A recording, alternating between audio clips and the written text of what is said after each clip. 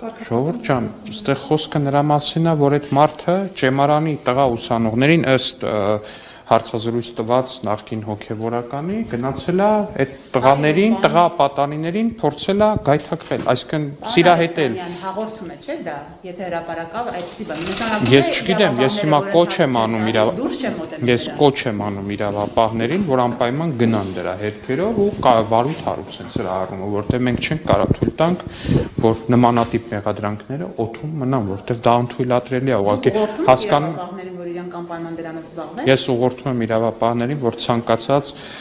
երեխաների նկատմամբ սեռական հանցագործությունների մասին ցանկացած շշուկի հետևից միջև վերջ գնան, այդ թվում եւս մեկ։ Բայց դուք հիմա արդեն մեղադրանք եք հնչեցնում։ Չէ, ես ասում եմ, այդպես մեղադրանք է հնչել, այս մեղադրանքը չի հասցեագրվել։ Ես չեմ ասում, այս մեղադրանքը ճիշտ է, ես ասում եմ, առնվազն իրան հարգող կառույցը, եթե Մայրաթորը այդպեսին լիներ, ինքն իրան գոնե մի քիչ հարգեր Կտրիչ Ներսիսյանի կարգալուց կաթողիկոսի գլխավորությամբ, այս հարցով մի բան կստեղծեր, մի հատ այս հարցը կքններ։